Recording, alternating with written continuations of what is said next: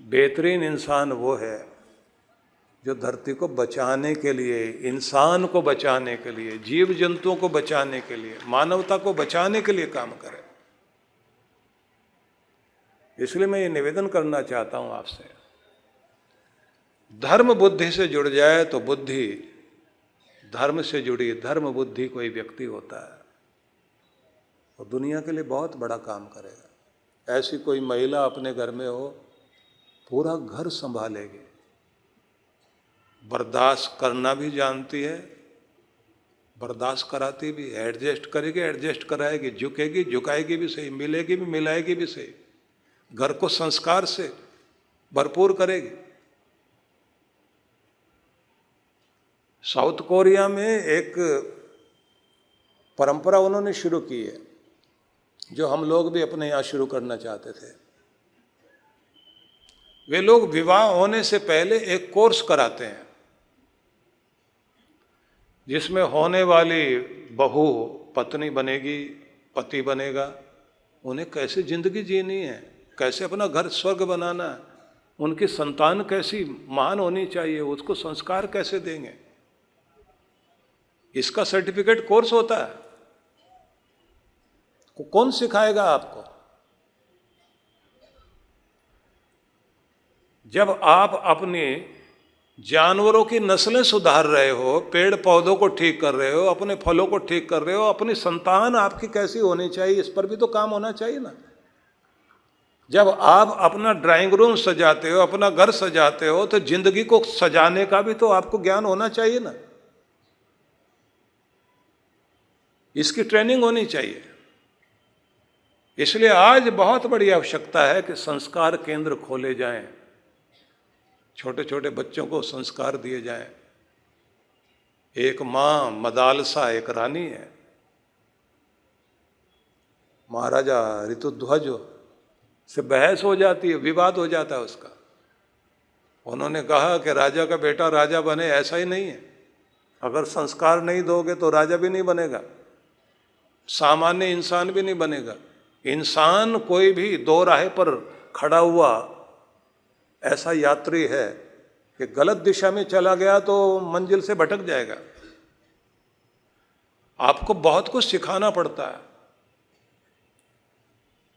तो महाराजा ने पूछा कि ये यात्रा कहाँ से शुरू होती है? बोले पहले तो पति पत्नी भी अगर संतान की कामना करते हैं तो उससे पहले उनकी मनोभूमि ऐसी हो जानी चाहिए कि जहाँ वो ये प्रार्थना करें कि मेरे घर में कोई पवित्र आत्मा का प्रवेश होना चाहिए। फिर माँ की चेष्टा होनी चाहिए, जब बच्चा गर्भ में पल रहा हो तो वो उस तरह का जीवन जिए जैसा वो अपने बच्चे को बनाना चाहती है। फिर उसके घर का वातावरण ऐसा होना चाहिए। महाराजा ने तो ये बोल दिया, नहीं, जो बड़े घर होते हैं उनके यहाँ तो अपने आप वातावरण बन जाता है, बच्चे वैसे बन जाते हैं, राजा का बेटा राजा ही बनेगा, कोई योगी जोगी तो बनेगा नहीं। उन्होंने कहा तो आप देखिए, आपके बच्चे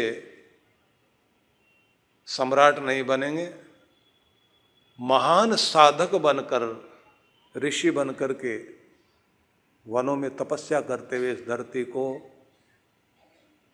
ब्रह्म ध्वनि के द्वारा इसका कल्याण करेंगे। इन्होंने कहा नहीं, मेरा बेटा तो राजा ही बनेगा। 3 बच्चे उनके ऐसे हुए जो छोटी सी उम्र में ही योग में, ध्यान में चलते चलते और घर से महलों को छोड़कर वन में चले गए। क्योंकि किया क्या उसने अपने बच्चों को लोरियां भी ऐसी सुनाई।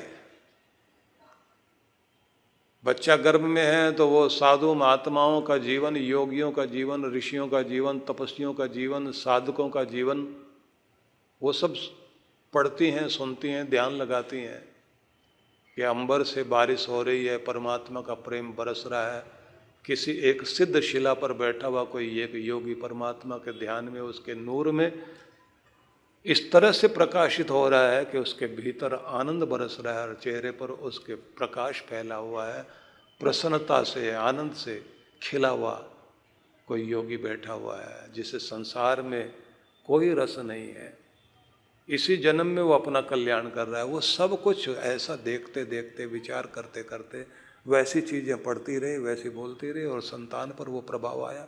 और जब बच्चा गोद में था तो उसकी लोरियां प्रसिद्ध हैं। मदालसा ने जो लोरी गाई, मैं अपने आचार्यों को कहूँगा बच्चों को लोरियां याद कराओ, इनके जो मदालसा का गीत है ना, बहुत अद्भुत है उसका, जिसमें वो कहती है उन बच्चों को जो योगी बनने के लिए जिनको प्रेरणा दे रही है, शुद्धोसि बुद्धोसि निरंजनोसि संसार माया परिवर्जितोसि। तो शुद्ध है, पवित्र आत्मा है, तेरे ऊपर दुनिया की मैल नहीं पड़ेगी, कपट नहीं पड़ेगा। तो जितना शुद्ध निर्मल है उतनी ही पवित्र आत्मा को बनाए रखना। बुद्धोसि तो ज्ञानी है, तेरा ज्ञान प्रकाश इतना हो कि तुम्हें स्पष्ट मार्ग दिखाई दे रहा हो। नदियां जैसे बहते बहते सागर में मिल जाती हैं, वो अपना रास्ता खोज लेती हैं। तो भी परमात्मा का मार्ग खोज लेना, जहां जाकर तुझे मिल जाना है। दुनिया में भटकने के लिए नहीं आया है। संसार माया परिवर्जितोसि, संसार की माया हर किसी को बांध लेती है और हर कोई भटक जाता है दुनिया में, लेकिन तू भटकने के लिए नहीं आया। नित्योसि शाश्वतोसि, नित्य है, शाश्वत है। अब संदेश देते देते उसने लोरियां गाते गाते बच्चे को वो कुछ सिखा दिया। राजा कितनी भी कोशिश करता रहा कि देखो ये महल है, ये हाथी घोड़े हैं, ये इतना ऐश्वर्य है, ये चमक दमक दुनिया की, बच्चों को पसंद ही नहीं आया। 3 बच्चों के बाद में राजा को हाथ जोड़ने पड़े और कहा कि एक बेटा तो ऐसा दीजिए जो हमारे वंश बेल को आगे चलाए और राजा महाराजा बने। उसके बाद उसने रिकॉर्ड बदल लिया, अब तक का जो गाना चलता था उल्टा कर दिया। अब उसने कौन सी चीजें, शूरवीरों का इतिहास पढ़ना शुरू किया। बहादुर लोग कैसे जीते हैं, उनका चलने का ढंग कैसे होता है, बैठने का ढंग कैसे होता है, उनकी बातें कैसी होती हैं, वो रणों में कैसे जीतते हैं, इस धरती में अन्याय को मिटाने के लिए वो कैसे कैसे कार्य करते हैं। तो ऐसे लोगों का अलग प्रभाव होता है ना। इसलिए कहते हैं ना, जननी जने तो भक्त जन, या दाता या सूर, नहीं तो जननी बांझ रहे काहे गंवावे नूर। तो या तो भक्त पैदा होना चाहिए घर में, या फिर कोई दाता दानवीर जिसका नाम आसमानों में लिखा जा सके, या फिर शूरवीर बहादुर कोई। और महान लोगों के साथ में जाकर के खड़े होगे ना तो महानता आती है। कायरों के साथ जाओगे तो कायर बन जाओगे, योगी के साथ बैठोगे योगी बनोगे, भोगी के साथ बैठोगे तो भोगी बनोगे, जुआरी के साथ बैठोगे तो जुआरी बन जाओगे। ऐबी आदमी के पास बैठो तो ऐब सीख जाओगे। धूर्तों के साथ बैठना शुरू कर दीजिए, आपके अंदर धूर्तता आ जाएगी, चालाकी आ जाएगी, कपट आ जाएगा। बेईमान अपनी बेईमानी सिखा देंगे। आपको उनकी संगति करनी चाहिए जिनकी संगति का रंग जीवन में आए तो जीवन का रंग ढंग ही बदल जाए।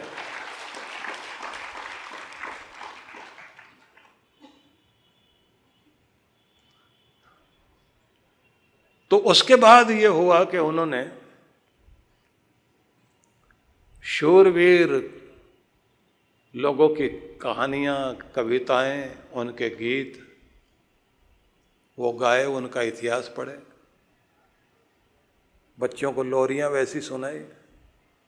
और यहाँ तक किया कि जहाँ पर फौजी लोग खड़े होकर के सवेरे अपनी एक्सरसाइज अस्त्र शस्त्र का संचालन प्रशिक्षण सीखते थे, वहां जाके खड़ी होती थी वो।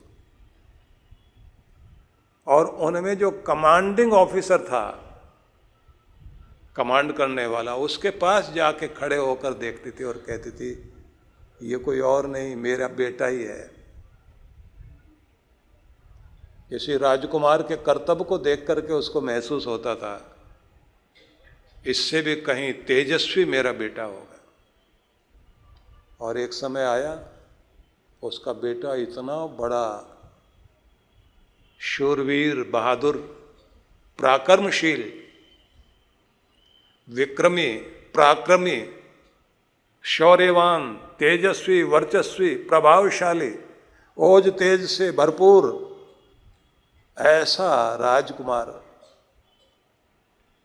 मां जाकर के अपने बेटे को अस्त्र शस्त्र सीख चुका और वीरों का भेष पहन करके जब पिता के सामने खड़ा हुआ तो मां कहती है कि ये है मेरा बेटा, राजा बेटा।